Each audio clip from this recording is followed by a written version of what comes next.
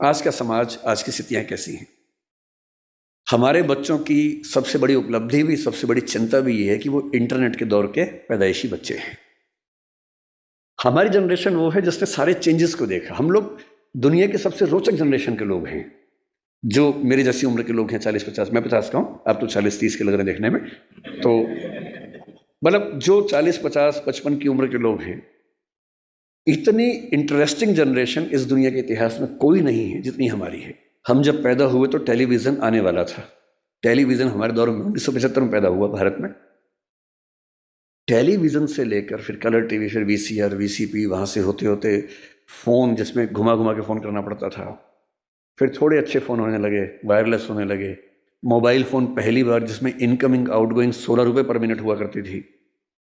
वो ऐसे phone button वाले जिनसे आप कील भी ठोक सकते हैं, ऐसे फ़ोन हुआ करते थे। कितने साल के बाद पहली बार स्मार्टफोन आने शुरू हुए, फिर पता लगा कि फेसबुक भी कुछ होता है, फिर पता लगा व्हाट्सएप भी कुछ होता है, फिर पता लगा कि रोबोटिक्स भी होने लग गया है, फिर पता लगा आर्टिफिशियल इंटेलिजेंस भी होने लगी है। और आज हम उस बिंदु पर आ चुके हैं। मुश्किल से 2 साल की बात है, मशीनें अंतिम रूप से इंसान को हराने वाली हैं, हर मामले में हराने वाली हैं। जो जो खुशफहमी हम सबको हैं वो सब खत्म होने वाली बहुत जल्दी। मैक्सिमम 2 साल का समय है। अभी एआई आ गई है। जिस दिन एजीआई ठीक से आ गई, एजीआई का मतलब है आर्टिफिशियल जनरल इंटेलिजेंस, और एआई की दुनिया के सबसे बड़े धुरंधर सैम ऑल्टमैन ने कल ही एक इंटरव्यू दिया, कल या परसों में, और कहा है कि चैट जीपीटी 4, जिसको आप बहुत बड़ा समझ रहे हैं कि कमाल हो गया है, वो अगले 2 साल बाद हास्यास्पद मानी जाएगी। वो प्रिमिटिव किस्म की टेक्नोलॉजी है, इतनी हास्यास्पद मानी जाएगी कि इतना भद्दा काम भी क्या हमने किया था कभी। और आज हम चैट जीपीटी को देख के दंग रह जाते हैं। कुछ भी करना हो, फोटो बनानी हो, वीडियो बनाना हो, रिसर्च करनी हो, कुछ भी करना हो, आप चैट जीपीटी को ठीक से प्रॉम्प्ट दीजिए। मतलब मैंने कई बार ऐसा करके देखा। एक विषय पर रिसर्च करनी है, पहले मुझे दिन भर लगता था 24 घंटे रिसर्च करने में, अब 24 सेकंड लगते हैं, वो सब कुछ करके देता है। और आज से 2 साल बाद ये प्रिमिटिव होने वाला है, आदिम होने वाला है। उसके बाद तो पता नहीं क्या होगा। इस दौर में जो बच्चे पैदा हुए, जिनको जेन जी और पता नहीं क्या क्या हम बोलते हैं, जनरेशन जी है, जनरेशन वाई है, हर 5-7 साल में चेंज हो रही जनरेशन आजकल। ये किस दौर के बच्चे? ये पैदा होते हैं जैसी माँ थोड़ी परेशान है, बाप परेशान है, खट से उसको मोबाइल फ़ोन दे दिया, या टेलीविज़न पे लगा दिया कोई अच्छा सा टीवी चैनल जिसपे वो सब आ रहा है, राइम्स आ रही हैं, अच्छी अच्छी वीडियो के साथ आ रही है, कार्टून फिल्म आ रही है। और बच्चे को पता लग गया कि एक मेरा बाप है, एक मेरी माँ है, और एक इन दोनों से ज़्यादा इंटरेस्टिंग एक और है, ये बड़ा सा, इसमें हमेशा बढ़िया चीज़ें आती हैं। ये तो कभी कभी गुस्सा करते हैं, ये वाला ज़्यादा अच्छा है, तो टीवी पे ज़्यादा उसको मज़ा आने लगता है। अब रात को सो रहे वहाँ तो टीवी भी नहीं है, तो फिर फ़ोन दे दिया, फिर बच्चा फ़ोन में। कई बच्चे आजकल ऐसे हैं जो किताब जब पहली बार देखते हैं, किताब पे ऐसे ऐसे करते हैं, क्योंकि वो जिस दौर के बच्चे हैं उनको अखबार पे, किताब पे, इतना ही नहीं, दीवार पे ऐसे करने लग जाते हैं, टेबल पे ऐसे करते हैं कि बड़ी क्यों नहीं हो रही टेबल, क्योंकि वो क्या करें, उसी दौर के बच्चे हैं। ये तो मज़े की बात है कि अच्छा फ़ोन है, माँ की चिंता कम, बाप की चिंता कम हो गई, फ़ोन दिया, हम मस्त हो गए। लेकिन साथ में और क्या क्या आता है। इन बच्चों का खेलने का मन नहीं करता, क्योंकि इनके पास खेल से ज़्यादा रोचक चीज़ें हैं। मुझे अच्छे से याद है कि हमने पहली बार 5वीं-6ठी क्लास में जाके ऊट पटांग चीज़ें पढ़नी देखनी शुरू की थी स्कूल में। पहले क्या है, पेरेंट्स हैं घर में, पेरेंट्स के होते हुए हिम्मत नहीं हो सकती, ना दिमाग में कुछ आता था। स्कूल गए, हर स्कूल में क्या होता है, एक आध बच्चा होता है जो नेता होता है क्लास का, जो कहीं कहीं से ज्ञान लेके आता है और सारे बच्चों में डिस्ट्रीब्यूट करता है कि भैया तुम तो बच्चे हो, तुम्हें नहीं पता दुनिया कैसे चल रही है, ये है असली चीज़ें। तो मुझे याद आता है कि शायद 6ठी-7वीं क्लास में पहली बार हमारी क्लास से एक छटा हुआ बच्चा था, कुछ किताब लाया था, कुछ फोटो वोटो थी उसमें ऊट पटांग सी, हम सब ने देखी, हम समझ भी नहीं पाए कि ये सब क्या है, पर ये हमें पता लगा कि इसको देखने से आदमी बड़ा माना जाता है, स्मार्ट माना जाता है। लेकिन तब भी क्या था कि एक रिसेस में, एक कोने में जाके 2-3 लोग बैठ के देख रहे हैं, और जैसे टीचर दूसरी जगह से भागे वापस। और इतना ही एक्सपोजर हमारा हुआ करता था। 12वीं क्लास हो गई, कॉलेज में आ गए, उसके बाद भी वैसा एक्सपोजर नहीं था कि आप बिगड़ने के लिए हमेशा तैयार हैं, ऐसा नहीं है। दुनिया बहुत कंट्रोल्ड किस्म की थी, रेगुलेटेड किस्म की थी। अब इंटरनेट की दुनिया है। आप जितने भी स्मार्ट माता पिता हों, आपके बच्चे आपसे ज़्यादा स्मार्ट हैं। और अगर आपको लगता है कि आप इंटरनेट और मोबाइल और डिवाइसेस में उनका मुकाबला कर पाएंगे, तो आप बच्चे हैं, नहीं कर सकते, वो हमारे बस की बात नहीं है। संभव नहीं। आप टाइप करते हैं मैसेज, एक एक उंगली ऐसे करते हैं, ऐसे करके आपको जैन टाइप करना है, जे, फिर देखा ए कहाँ, AIN, और वो फोन पे ऐसे टाइप करते हैं सामने देखते हुए, और गलत नहीं होता है, एक एक की सही दबाते हैं। आप उनसे मुकाबला करने का सोचते हैं, आपको प्लेटफॉर्म पता भी नहीं होंगे, वो उन प्लेटफॉर्म पे जाते हैं। 5 साल का बच्चा जब स्कूल जाने लगता है, उसी समय उसको पता लग जाता है कि क्या चीजें दुनिया में है, जो पहले पता लगती थी 15 के आसपास की उम्र में, 13 के आसपास की उम्र में। फोन आपने उससे दे ही रखा है ताकि हमें परेशान कम करे। फिर वो फोन में पहली बार सर्च करता है कुछ, अभी उसको ये नहीं पता कि सर्च हिस्ट्री डिलीट कर सकते हैं, तो बाप पकड़ लेता है, पिटता है बच्चा। फिर उसे स्कूल का फ्रेंड बताता है कि नहीं, इनकॉग्निटो जाना है। अगली बार से बच्चा स्मार्ट हो गया है। 6 साल का बच्चा स्मार्ट है, इनकॉग्निटो में वो सब देख रहा है जो आप नहीं चाह रहे थे, और जो आप देख रहे थे लेकिन आप नहीं चाह रहे थे कि वो देखे। बच्चा है, छोटा बच्चा है, उसका एक्सपोजर का लेवल सोच के देखिए। ये हंसी मजाक में मैं कह रहा हूं, लेकिन बात की गंभीरता को देखना है। 6, 7, 8 साल के बच्चों का वो एक्सपोजर लेवल है जो पहले 14, 15, 16 की उम्र में होता था। मेडिकल साइंस इस बात को मान चुकी है। मैं जितनी बातें कोट कर रहा हूं, मैं हवा में कोट नहीं कर रहा हूं, मेडिकल साइंस की रिसर्चेस के बेस पे कोट कर रहा हूं। आपको आश्चर्य होगा, आज से 1 महीने पहले एक रिपोर्ट आई है, लगभग पूरी दुनिया में प्यूबर्टी की एज 1 साल कम हो गई है, जिसको टीनेज बोलते हैं कि 13 साल की उम्र में टीनेज आती है, बच्चियों को मासिक धर्म शुरू होता है। दुनिया भर में उसकी एज 1 साल कम हो गई है, और ये ऐसे नहीं हो गई है, ये एक्सपोजर से होती है। लड़के भी जल्दी मैच्योर हो रहे हैं। जो हरकतें 15, 16, 18 में ठीक लगती हैं, किसी बच्चे के मन में भाव आने चाहिए, 8, 9, 10 में वैसी बातें हो रही हैं। ये तो फिर भी छोटी बात है। इसके बाद जो होता है तो बच्चे ही, एक्सपोजर बहुत बड़ा मिल गया है। जब वो नेट पे जाते हैं, तो नेट पे जो पिशाच बैठे हुए हैं दुनिया भर में, जो साइबर ठग हैं, जो साइबर क्रिमिनल्स हैं, वो इसी ताक में है कि बच्चे मिल जाएं। उनको पता है कि बच्चे का मनोविज्ञान क्या है। वो हैकर्स हैं, वो हैक कर लेंगे कि उस बच्चे ने क्या क्या सर्च किया है, उसकी पूरी कुंडली खोल लेंगे कि बच्चे का इस समय मन कहाँ अटका हुआ है। अगर 9, 10, 11, 12 साल का कोई लड़का है जो कुछ ऐसे वीडियोस देख रहा था या इमेजेस देख रहा था, उसमें भी देख रहे हैं कि कैसी रेस, व्हाइट रेस उसको पसंद है, कि इंडियन तरह के लोग पसंद हैं, फिर उनकी तरफ से उसी रेस का वैसा ही सुंदर दिखने वाला व्यक्ति, फीमेल, और यदि कोई बच्ची है तो वो मेल, उससे इंटरेक्शन शुरू करेगा, उससे बातचीत होने लगेगी। धीरे धीरे उसको वो उलझाएगा अपनी बातों में। वो बच्चा तो माँ बाप से छुप के कर रहा है सब, माँ बाप को पता ही नहीं है।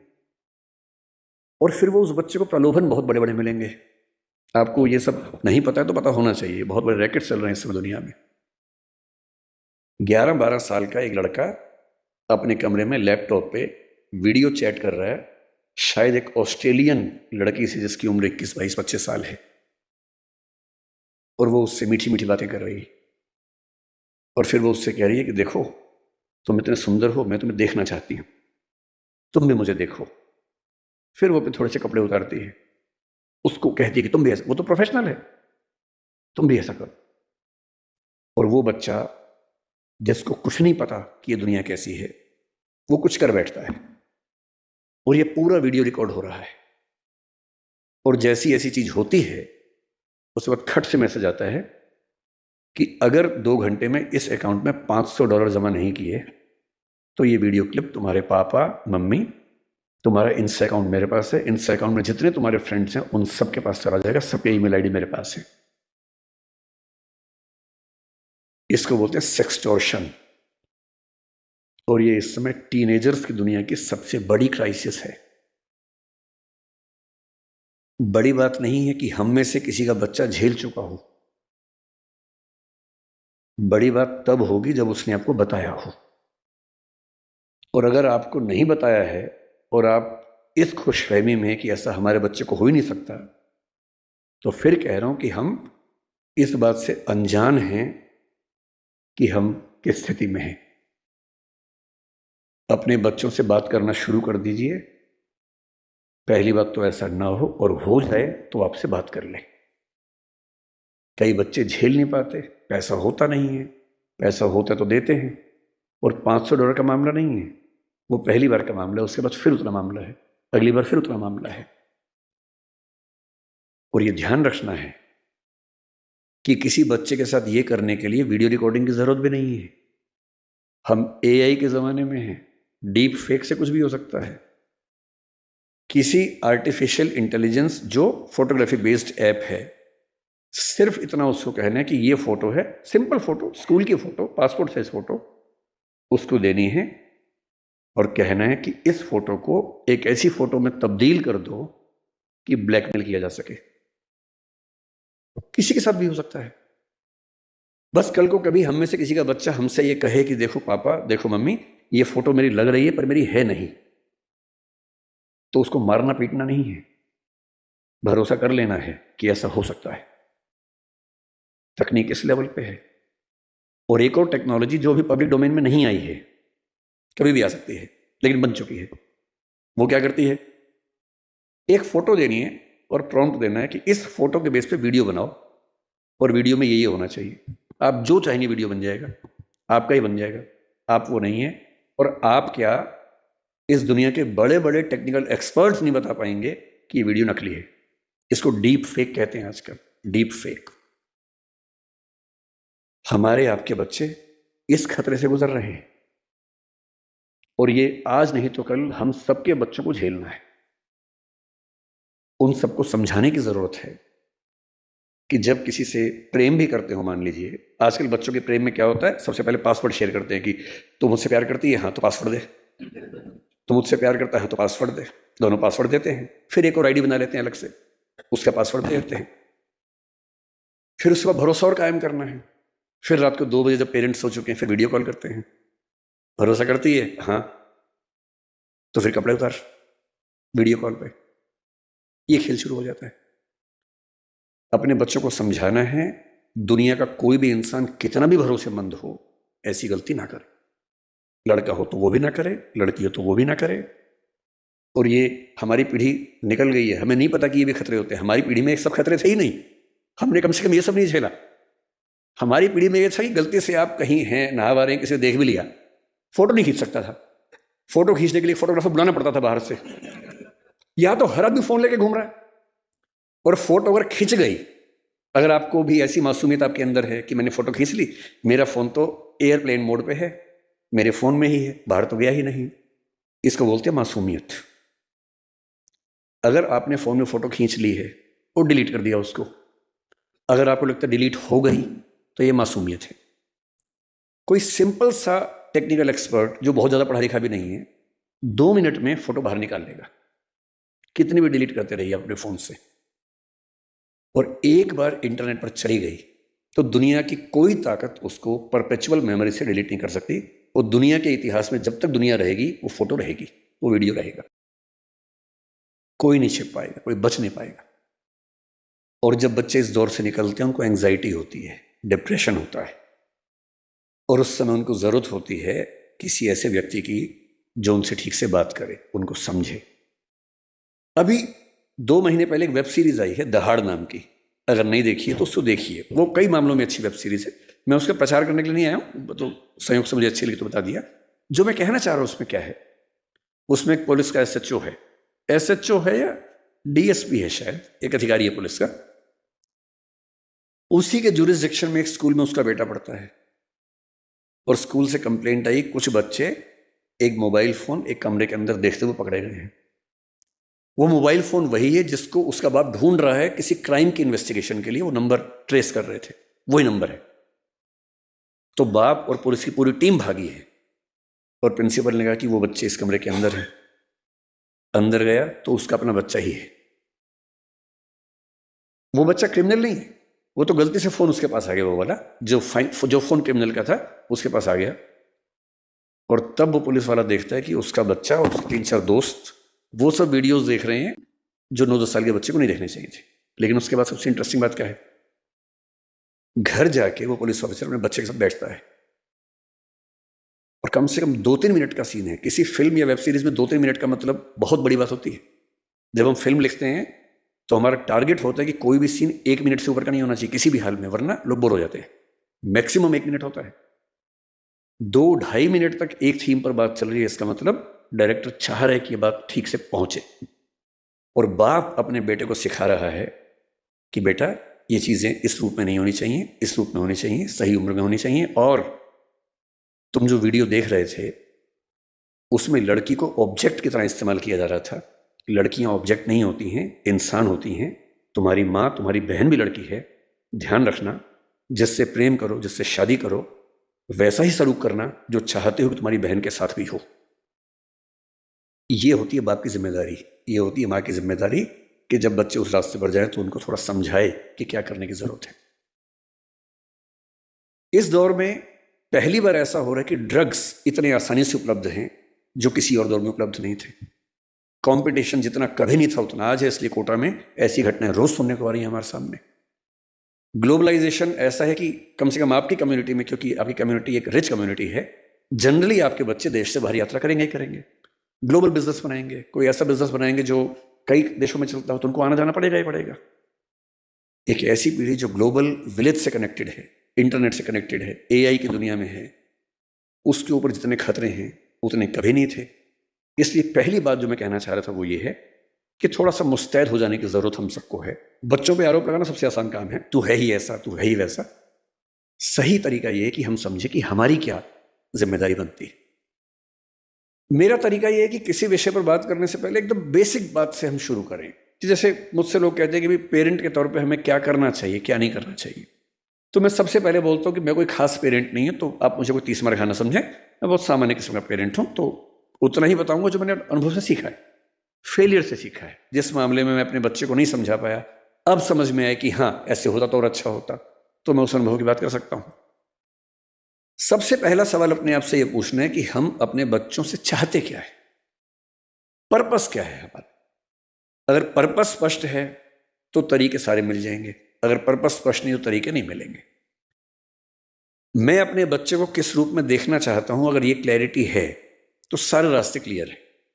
तो मैंने अपने आप से पूछा कि मैं अपने बच्चे की जिंदगी में क्या चाहता हूं, तो मैंने 4-5 एरोज निकाले कि क्या मैं ये चाहता हूं, ये चाहता हूं या ये चाहता हूं। एक चीज मैंने सोची कि मैं अपने बच्चे को सफल होते हुए देखना चाहता हूं, सक्सेसफुल। टाइम हो गया? ठीक है ठीक है, आप जितना कहेंगे 10 मिनट। ये छुप के बोले 10 मिनट, तो मैंने खुल के बोल दिया। तो मेरे सामने 3-4 चीजें हैं कि मैं चाहता हूं कि मेरा बच्चा सक्सेसफुल। सब चाहते हैं, आप भी चाहते ही होंगे। सक्सेस का मतलब है खूब पैसा हो, पावर हो, प्रसिद्धि हो, सामाजिक रसूख हो। फिर मैंने सोचा कि नहीं, मैं ये चाहता हूं कि मेरा बच्चा कायदे का इंसान बने, उसमें एम्पैथी हो, पेरेंट्स से, परिवार से, दोस्तों से, समाज से अच्छा संबंध हो, कमिटमेंट्स पूरी करता हो। फिर मुझे लगा ठीक है कमिटमेंट्स, लेकिन मैं चाहता हूं कि मेरा बच्चा इतना मजबूत हो, स्मार्ट हो कि किसी भी चैलेंज को झेल सकता हो, घबराए नहीं। फिर लगा नहीं, मैं ये चाहता हूं कि मेरा बच्चा फिजिकली, मेंटली, इमोशनली फिट रहे, स्वस्थ रहे। फिर मुझे लगा कि सब कुछ हो तो कितना अच्छा है, लेकिन तभी समझ में आया कि सब कुछ तो मेरे पास भी नहीं है, तो मैं कैसे उम्मीद करूं कि बच्चों में हो जाएगा। तब मैंने अंत में एक चीज लिखी कि एज ए पेरेंट मेरी सबसे पहली और आखिरी इच्छा ये होनी चाहिए कि मेरा बच्चा खुश रहे जीवन में। इससे बड़ी क्या इच्छा हो सकती है? आप कहेंगे कि हाँ सक्सेसफुल हो और खुश रहे, ठीक तो है, पर मैं ये कह रहा हूं कि कभी कभी ऐसा हो सकता है कि सक्सेसफुल होकर दुखी रहे, और जैसी सक्सेस आप चाह रहे थे वैसी न मिलने के बाद भी खुश रहे। और अगर मुझे दोनों में से एक को चुनना हो कि सक्सेसफुल और दुखी या कम सक्सेसफुल लेकिन खुश, तो एज ए पेरेंट मेरा पहला भाव क्या होना चाहिए कि वो खुश रहे।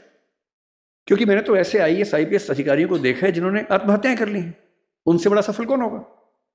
मैंने ऐसे बड़े बड़े टाइकून्स को देखा है बिजनेस की दुनिया के जो खुश नहीं है, जिनसे बात करो तो लगभग रोते रहते हैं रात दिन, लेकिन टाइकून्स हैं, बहुत अमीर लोग हैं।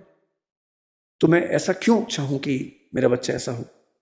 तो मैंने एक पिरामिड बनाया जो शायद आपके काम का भी हो। मैं एकदम क्लियर हूं, मैं अपने बच्चे से हमेशा ये बात करता हूं कि भैया मुझे सबसे पहले ये चाहिए कि तुम खुश रहो, बाकी सब सेकेंडरी है। उसके साथ हो जाए तो अच्छा है, नहीं तो मुझे तुम्हारी खुशी से मतलब है, बाकी सब बातें बात की।